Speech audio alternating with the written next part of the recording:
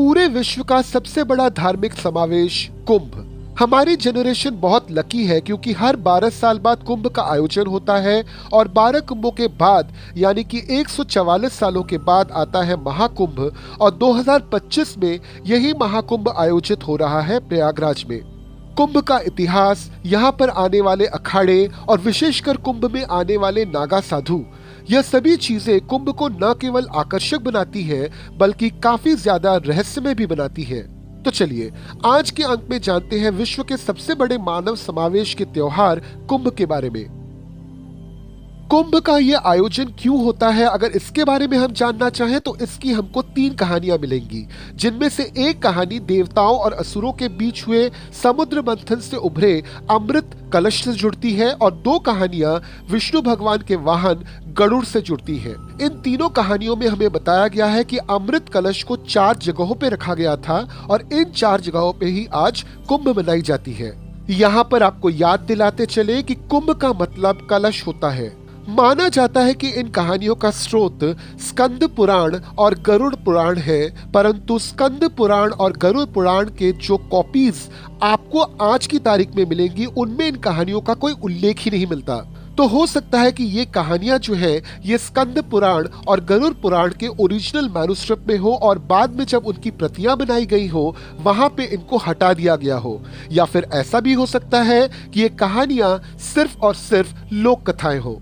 कई लोगों का मानना है कि कुंभ की बात वेदों में बताई गई है, मगर वेदों में जहां पर भी कुंभ शब्द का प्रयोग हुआ है वहां कुंभ का प्रयोग या तो घड़े के लिए हुआ है या फिर पृथ्वी के लिए किया गया है, मगर कहीं भी कुंभ का प्रयोग किसी मेले के लिए नहीं किया गया है। यहाँ तक कि क्लासिकल संस्कृत या फिर आधुनिक संस्कृत में भी कुंभ शब्द का अर्थ किसी मेले से नहीं जुड़ता। तो फिर सवाल ये उठता है कि अगर कुंभ मेले का उल्लेख न तो पुराणों में है और न ही वेदों में, तो ऐसा क्यों बोला जाता है कि हर एक सनातनी को कुंभ मेले से जुड़ना चाहिए। देखिए, कुंभ मेले का उल्लेख चाहे हमको वेदों या पुराणों में न मिलता हो, मगर जिन एस्ट्रोनॉमिकल इवेंट्स पर इस मेले का आयोजन होता है उन एस्ट्रोनॉमिकल इवेंट्स पर मेला आयोजन करने और पवित्र स्थान करने की बात वेदों और पुराणों दोनों में ही साफ उल्लेखित है। सनातन धर्म में नदियों को पूजा जाता है और माघ मेला जैसे नदियों से जुड़े पर्व का उल्लेख पुराणों में मिलता है। वेदों में प्रयागराज, हरिद्वार, नासिक और उज्जैन जैसे शहरों की नदियों में एक निर्दिष्ट दिन और समय पर स्नान करने का उपदेश हमको साफ मिलता है। बौद्ध धर्म के एक प्रमुख ग्रंथ मिझिम निकाय के खंड 1.7 में गौतम बुद्ध हमको ये कहते हुए मिलते हैं कि प्रयागराज में एक निर्दिष्ट दिन के निर्दिष्ट समय पर स्नान करने से मोक्ष की प्राप्ति नहीं होती, क्योंकि मोक्ष पाने के लिए इंसान का मन साफ होना चाहिए। अब हो सकता है कि गौतम बुद्ध यहाँ पे पवित्र स्नान की निंदा कर रहे हो, मगर इससे ये साफ जरूर हो जाता है कि गौतम बुद्ध के समय से पहले भी इस तरह की कोई पवित्र स्नान की प्रथा बहुप्रचलित रही होगी। योन सांग की जीयू की पुस्तक में भी राजा हर्षवर्धन के समय यानी कि 7th सेंचुरी में इस तरह के पवित्र स्नानों के प्रयागराज में आयोजन होने का उल्लेख मिलता है। अबुल फजल के आईने अकबरी पुस्तक में भी अकबर के शासनकाल के दौरान 1 महीने का हिंदू पवित्र स्नान का उल्लेख फिर से आता है, जिसका आयोजन प्रयागराज में होता था। इसी किताब में उल्लेख मिलता है कि इस स्नान के लिए आए हुए नागा साधुओं और अकबर के बीच में एक संधि भी हुई थी। मगर अब तक मैंने आपको जितने भी रिटन एविडेंसेस के बारे में बताया है वहां पे पवित्र स्नान का उल्लेख जरूर है, मगर कुंभ शब्द का कोई भी उल्लेख नहीं है।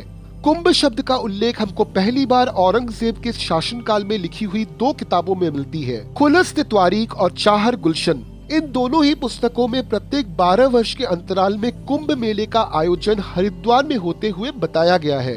इसके बाद आता है ब्रिटिश रूल। ब्रिटिश के सभी डॉक्यूमेंट्स हमारे पास है, जहां पे कुंभ मेले का बार बार जिक्र होता है कि यह मेला हर 12 साल में आयोजित किया जाता था और भारत के प्रयागराज, हरिद्वार, उज्जैन और नासिक शहर में इसका आयोजन होता था। आज स्कूलों में संस्कृत नहीं पढ़ाया जाता, न ही भारत का प्राचीन इतिहास पढ़ाया जाता है। भारतीय इतिहास में हमें सिर्फ कुछ राजा, कुछ आक्रांता और तरह तरह के युद्धों के बारे में पढ़ाया जाता है। अब ये सभी जानकारियां जो है ये इतिहास का एक प्रमुख हिस्सा है, मगर इतिहास तब पूरा होता है जब हमें यह भी पढ़ाया जाए कि किस तरह से सभ्यता का निर्माण हुआ और संस्कृतियों की जड़ कहां, कैसे और कब स्थापित की गई। कुंभ का उल्लेख होते ही हम में से ज्यादातर लोगों को लगता है कि यह एक मेला है जिसका प्रमुख उद्देश्य पवित्र स्नान है, मगर कुंभ से जुड़े हैं अखाड़े। अखाड़ों की परंपरा आदि शंकराचार्य ने शुरू की थी क्योंकि उनका मानना था कि संतों को सिर्फ शास्त्र का नहीं शस्त्र का भी ज्ञान होना चाहिए ताकि सनातन संस्कृति पर अगर आक्रमण हुए तो वे इसकी रक्षा कर पाए। भारत में कुल 13 अखाड़े हैं और जैसे ही कुंभ का अनाउंसमेंट होता है इन अखाड़ों को आमंत्रित किया जाता है। यह अखाड़े पिछले 12 वर्षों में एकत्रित किए हुए ज्ञान को आपस में बांटते हैं, शास्त्रार्थ करते हैं, सनातन की वर्तमान स्थिति का आंकलन करते हुए उसे कैसी दिशा दी जाए इसके बारे में विचार करते हैं। आम लोगों के लिए ये अखाड़े निशुल्क भोजन, निशुल्क रहने की व्यवस्था और प्रवचन का प्रबंध करते हैं। एक बार कुंभ समाप्त हो जाने पर ये सभी अखाड़े लौट जाते हैं और प्रतीक्षा करते हैं अगले कुंभ के लिए। आज का युग प्रगति और विज्ञान का युग है। आज प्रगति को मापा जाता है पैसे और मेटेरियलिस्टिक गेन से। विज्ञान का हमारे पास सरल अर्थ है लग्जरी। ऐसा नहीं है कि हम आज पूजा पाठ नहीं करते या फिर तीर्थ नहीं जाते, मगर आज अगर हमारे पास किसी चीज की सबसे ज्यादा कमी है तो वो है शांति, और इसका प्रमुख कारण है अपने सांस्कृतिक जड़ों से दूर जाना।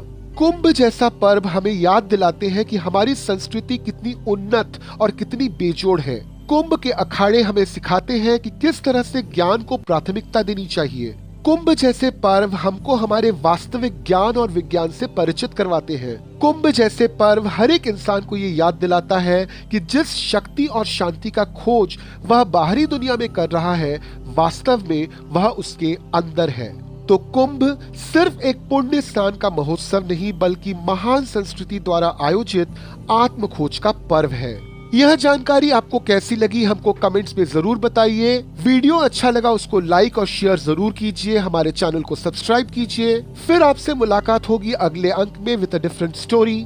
जय हिंद।